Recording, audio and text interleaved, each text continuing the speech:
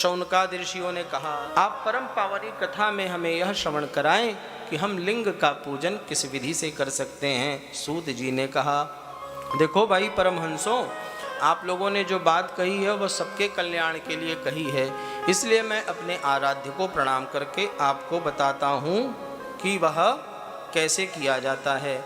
इस प्रसंग में पुनः सूत जी ने ब्रह्मा जी को ही उद्धृत करते हुए बताया कि जब समस्त सिद्धगणों ने ब्रह्मा जी से यह पूछा कि हम सब भी लिंग पूजन कैसे कर सकते हैं, तो ब्रह्मा जी ने यह बताया,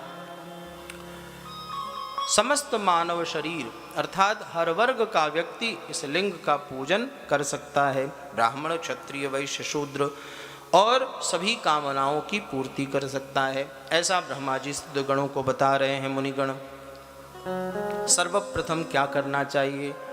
मुनियों, प्रातः काल उठकर ब्राह्म मुहूर्त में अगर आप साधक के रूप में शिवरूप अर्थात वाणी में सिद्धि शिवरूप प्राप्त करने के लिए आप यदि साधना करते हो लिंग की, तो ब्राह्मे मुहूर्ते उत्थाय। देखो, हमेशा ध्यान रखना, उपासक को निद्रा आदि से दूर रहना बहुत आवश्यक है। जो सोवत है सो खोवत है।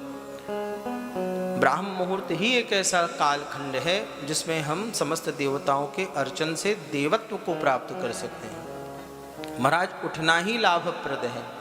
कोई काम करो चाहे न करो, उठना ही लाभप्रद है।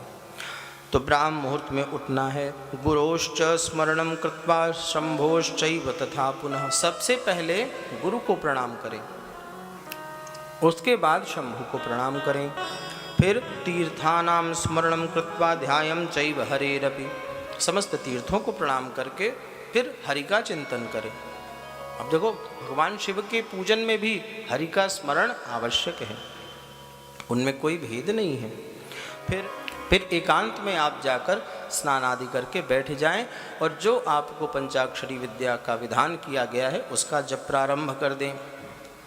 तत्पश्चात उस जप के बाद, स्नान के जप के बाद आप उसकी पात्रता ले लेते हैं। फिर आपको लिंग के पास जाना है और इन तिथियों को अगर यह साधना प्रारंभ की जाए लिंग के लिए तो अति उत्तम है।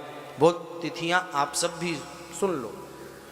षष्ठी का दिन हो, प्रतिपदा का दिन हो, अमावस्या का दिन हो, नवमी का दिन हो। और षष्ठी, प्रतिपदा, अमावस्या, नवमी में यदि सूर्यास्त का समय हो, पहले बार अगर आप प्रारंभ करें तो पूजन शाम को ही कर लें, सुबह से आप आराधना प्रारंभ करें। देखो, प्रदोष काल भगवान को बड़ा प्रिय है। षष्ठी, नवमी, अमावस्या और प्रतिपदा ये तिथि होना चाहिए अगर आप लिंग की साधना करना प्रारंभ कर रहे हैं तो। इस प्रकार से प्रारंभ करना है। यथा योग्यं विधिं कृत्वा पूजा विधिमथारभे। जो विधि विधान हमने आपको पूर्व बताया था, षोडशोपचार, पंचोपचार, उस प्रकार से आप गंध अक्षत पुष्प से फिर लिंग की उपासना करें इन तिथियों में। जैसे आज से आपको करना है तो आज सायंकाल प्रथम पूजन आपका हो जाना है। तत्पश्चात प्रातः काल होना है। ब्राह्म मुहूर्त में उठकर